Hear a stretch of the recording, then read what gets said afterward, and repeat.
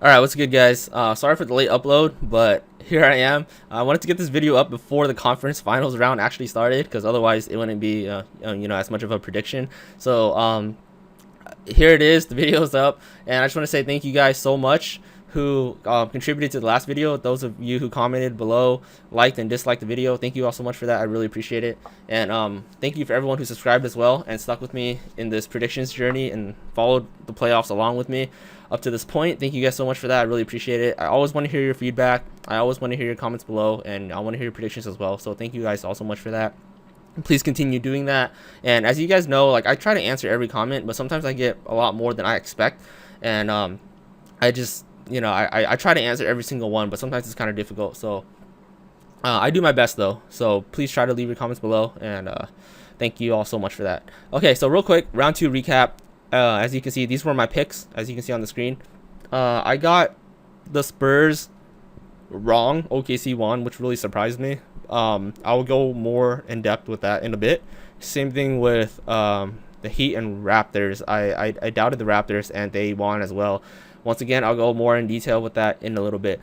But yeah, so these were my predictions. I pretty much got, out of the 4 matchups, I pretty much got 2 of them wrong, so that's pretty bad. So if you guys called OKC or the Raptors, then props to you. You guys were correct.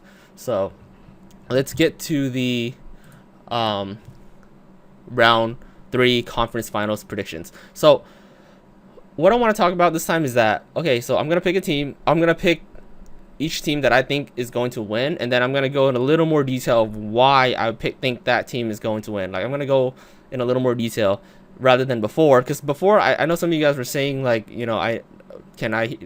some of you guys were asking me if I could put more of my opinion into why I think those teams would win. And guys, like, just please understand though that round 1 and round 2, in round 1 there were 16 teams, guys. Like, I didn't want you guys to sit here for a whole hour listening to why I thought each team was going to win, so I made it as brief as possible. Even round 2 had 8 teams to talk about, and that's just way too much, guys. So here we are in the conference finals. There's only 4 teams to talk about, so I will actually go more in depth this time. And also, there's only, like I said, 4 teams, only 2 matchups, so much easier to go more in depth in why I think which team is going to win. So with that being said, OKC versus the Warriors.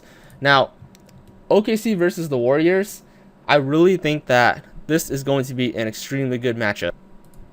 Now, the reason why I think this is going to be such a good matchup is because I seriously doubted OKC, guys. I didn't think that they were going to beat the Spurs, but they really proved themselves in the playoffs. Because the thing about it, guys, is that OKC this year didn't play that well. The guys, they only won, I think, like 53 or 54 games, which is still a lot, but for them, they can do a lot better than that. And Spurs won 67 games. I really didn't think OKC was going to be able to down a team that won 67 games, especially since if you guys watch OKC play near the end of the season, they lost so many games that they should have won. Like, I was watching their games near the end of the season, they lost a lot of games that they should have won. And the reason why is that if you watch them, like their system, like they were just so discombobulated as a team, defensively and offensively. They weren't scoring consistently. They weren't playing defense consistently. It's like they just had terrible chemistry or something. I didn't know what it was, but, they just looked like they were very unorganized on the court as a team. And I was like, there's no way they're going to make it that far in the playoffs if they play like this. And I was wrong, because they definitely changed in the playoffs. And they really stepped it up, guys. So OKC much better on defense in the playoffs, as well as offense. Now, the reason why is because their offense has definitely stepped it up, and they've been much more consistent, because the Spurs is one of the most like, they played a slow-paced game, and they're very good on defense, and even then they couldn't contain Westbrook and Durant and OKC as a team, which is why the Thunder were able to win. So the thing is that, Spurs couldn't even contain them. If you look at their stats throughout the series, except for, like, aside from game 1, Westbrook scored over 20 points a game like almost every single game and more than 10 assists. And the same thing with Kevin Durant. He scored like over 30 points a game. Like those guys seriously couldn't be contained. And their other players really stepped it up as well, like Robertson and Ibaka. Ibaka played pretty well in some games. He was very good on defense, but he had some offensive games as well where he scored. He was in the double digits, and as well as Steven Adams. Steven Adams was big, guys. Steven Adams played really well for them. He definitely stepped it up on offense. Scoring in the double digits consistently, and he's also much better. He was better for them on defense as well. So as a team, they played really well on defense. Now let me explain why. The Spurs were kept to less than 100 points and in the low 40% field goal as a team. So less than 100 points and in the low 40s in terms of field goal percentage. Every single game pretty much except for game 1 where OKC got blown out by 32 points. So even though they lost by 32 points, they didn't let that demoralize them. They came back stronger and they literally just took the series in 6 games, guys. Like that's insane. So yeah, I thought that was very surprising. So I don't want to doubt OKC anymore. So they are a very, very good team. If they can keep up this level of play, they have a very, very good chance against the Warriors, guys. If they can keep up their defense and their offense and the way that they're handling the ball in their system, and just the way that they're playing as a team, they can definitely have a very good chance against the Warriors. So let me talk about the Warriors real quick, though. The thing about the Warriors is that they have so many good players, guys, like so many all-stars and superstars. OKC has 2 superstars and the rest of their players are just like a supporting cast. But for the most part, like during the regular season, the Thunder's supporting cast was actually pretty inconsistent. You would see games where nobody had double figures except for Durant and Westbrook in terms of offense, and you would see a lot of games like that. So the thing about the Warriors is that they have, like, their team is way too good, guys. Even without Steph Curry, they were killing Portland. So they have so many good players who can just step up and score. Their bench is way too deep, guys. They have Andre Iguodala, okay, who could literally step up and give them double figures in terms of scoring. Very good on defense, has ball handling ability and everything. Sean Livingston, who's also pretty good, especially off the bench. He's really good. And then they have Maurice Spates, they have Azili. They just have so many good players, and they have a lot of players that could easily give them 20 points a game, which is like Klay Thompson, obviously Steph Curry, Draymond Green, all those players. Klay Thompson, guys, literally averaged like over 30 points a game against Portland. Like seriously, the dude was averaging over 30 points a game. And that's Klay Thompson. It's not even their best player. And he's pretty much like another superstar. Like, they have so many good players. Draymond Green had like a 37-point game. And the guy was like almost getting triple doubles every single game. Like, they have just so many good players in comparison to OKC. Now, I think that Durant and Westbrook are better than every single player on the Warriors, except Steph Curry, obviously. But, those like Durant and Westbrook are the 2 superstars that can pretty much outscore anyone on the Warriors, but aside from Steph Curry. But they just don't have, I don't think that Thunder have enough of a supporting cast. And now, like I said before, if they played the way they did against the Spurs, then they would have a very good chance against the Warriors.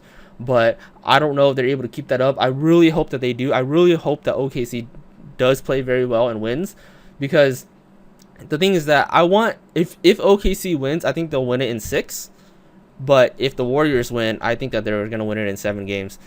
But either way, I think it's going to be a great series. I think it can go either way. But because I think that Warriors are more consistent offensively and defensively, and they have too many options offensively and too many players who are capable of scoring in the double figures, I actually think that the Warriors are going to win this one. But that's just my opinion. I really hope OKC wins, though, because I really want Westbrook and Durant to win their championship. But I don't think that they're going to be able to beat the Warriors. And like I said, the Warriors just have too many scoring options, and they did win 73 games, guys. So it would be very hard to beat a team like that. So yeah, for this series, I'm going to have to go with the Warriors. Okay, so Cavaliers and the Raptors. Now, all right, so let me talk real quick about the Raptors, guys. A lot of people were giving me crap and giving me hate and saying that, why does everyone hate the Raptors and just a bunch of haters? Guys, I'm not a hater. I don't hate the Raptors, guys. Let me explain why. So in the previous video, I said that the Raptors were overrated. Now, let me explain myself just real quick, all right? Because I didn't want to make the other video too lengthy. So the Raptors, the reason why I think the Raptors are overrated is because of their history, guys. Okay, for the past 2 seasons, Raptors have had regular season successes, meaning they placed in the top 4 in the regular season.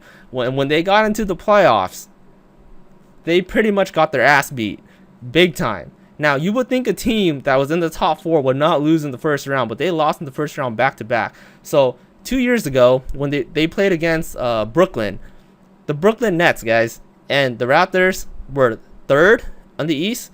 The Nets were 6th place, and the Nets still beat them, guys. That's pretty sad. The Nets suck, and they still beat the Raptors. So that's why I was like, okay, well, maybe it's just one bad series. The next year, Raptors were 4th. Which was last year. Raptors were 4th, and they played against the Wizards, who were 5th. Raptors were once again the higher seed, and they got swept. They got swept, guys. They lost 4-0. They got swept by the Wizards last year in the playoffs, and that's why a lot of people are doubting the Raptors. Not because anyone's hating anyone. It's just because people are doubting them because they haven't proven themselves in the playoffs yet. If you don't prove yourself in the playoffs, it doesn't matter what you do in the regular season. It doesn't matter if you won 50 games, 60 games. It doesn't matter if you can't even get past the first round. It really, really doesn't matter. And that's the Raptors' recent history. So that's why I'm just saying that, the Raptors are not as good as their record indicates. That's why I'm saying they're overrated, because a lot of people just look at the Raptors, they're like, wow, look how many games that they won. They must be a pretty solid team. Yeah, they are a pretty solid team in the regular season, but in the playoffs, they are not as good as their record indicates. Now, this season, guys, Raptors won 56 games. Let that number sink in. 56 games. That is the 4th best record in the entire NBA. And I'm going to be serious and honest with you guys. I do not think that the Raptors are the 4th best team in the NBA. I could easily name you guys 5 teams in the league that would beat the Raptors in a series of 7. Easily. And I'm sure you guys can too. Raptors won 56 games, okay? And they were matched up against the Heat. Miami Heat, who won I think Heat won 48 games. They didn't even win 50 games, guys. Heat didn't even win 50 games. They won 48 games or something. And they were matched up against the Raptors, who won 56 games, and yet the Raptors still went to Game 7 against the Heat.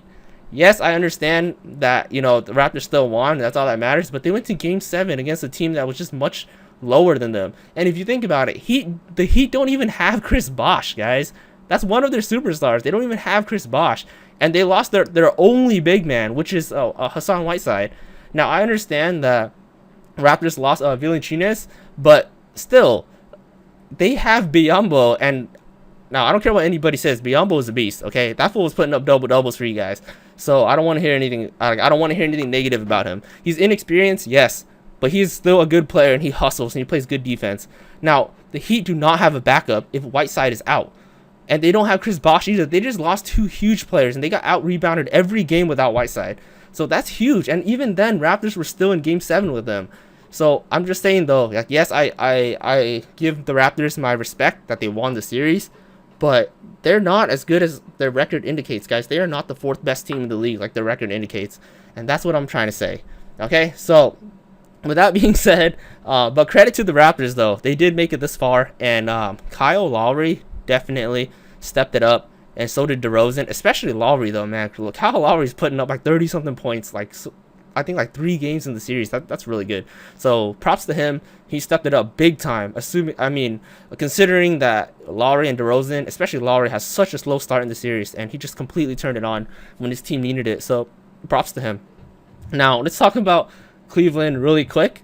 Okay, the Cavaliers, guys, are freaking insane. I think that the Cavaliers this season are way better than they were last season, and now, let me explain why. The thing is that, first of all, they have a healthy team, okay, a healthy roster. The Cavaliers team that lost to the Warriors last year did not have pretty much anyone except for LeBron James. But this year, Kyrie Irving is back. Like I said in the previous videos, Kyrie Irving is back. He's been playing really, really well. He's playing with a lot of confidence. He's had enough time to rest. And he's just been putting up over 20 points a game easily. And his field goals are good. He's playing with a lot of confidence, and he's extremely healthy, and that's the most important.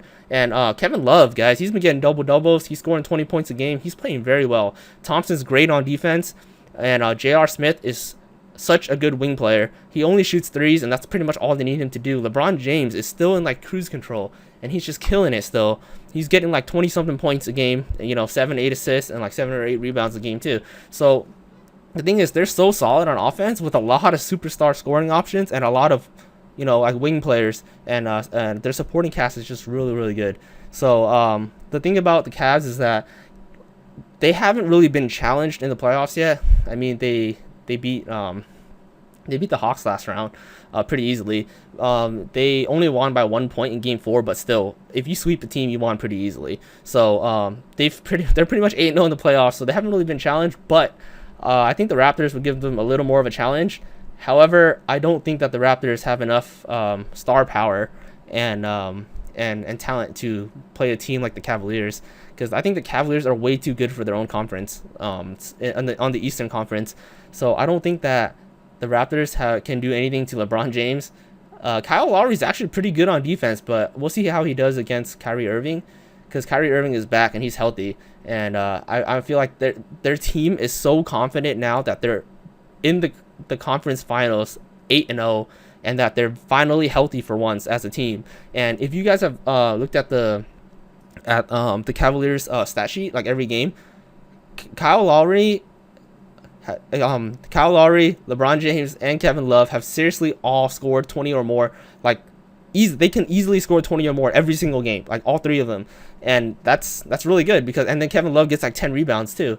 And if you just look at them as a whole, they're passing the ball very well. Their ball movement's great. Their chemistry is back. They're very healthy. So I think they're going to be a very hard team to beat.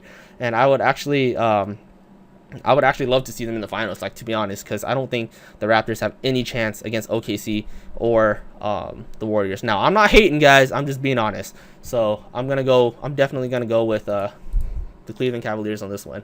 So anyways, these are my thoughts. Sorry for taking so long to put the video up, but thank you guys all so much who have been keeping up with my videos. And as you guys can see, this video has already been like 17 minutes. See, and I've only had to talk about 4 teams, and I didn't even have time to go into as much detail as I would like.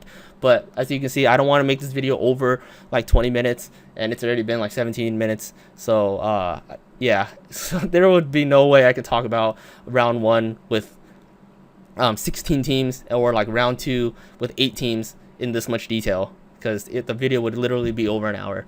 But anyways, thank you guys all so much. Don't forget to leave your comments below and your thoughts, and don't forget to like the video or dislike the video if you agree or disagree. And then also subscribe and stay tuned for the finals predictions video. Thanks, guys.